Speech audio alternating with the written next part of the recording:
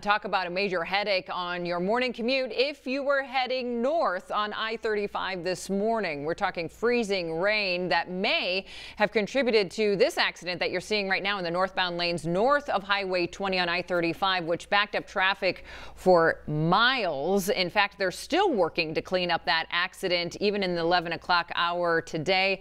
There is a detour in place in case you were heading that direction. So let's break that down a little bit further on kind of those glistening roads that you're seeing in that photo. Meteorologist Brad Edwards joining us today on Midday. Let's talk a little bit about what happened this morning. Yeah, it came in bad timing right before the rush hour. We had some freezing rain go through the metro a little bit. We had a trace of rain, but temperatures were too warm here. It was in northern Iowa, or north of the metro, where we had icing, and it wasn't much. It was like 1/100 of an inch of rain, but it did freeze on the roads. Now, they were pretty much all iced over here for a couple of hours early this morning. But now the sun is out, it's warming up. There's a little stretch on I-35 that might still have some ice on it, but I think it's probably gone. But they are still working on it, as Jackie was saying. It's going to be a while before things are cleaned up. So that was our little system this morning. Now we've got the big system coming, but the next one's going to really take aim on northern Iowa. That's where we have that winter storm watch. It will be upgraded to a winter storm warning later today by the National Weather Service.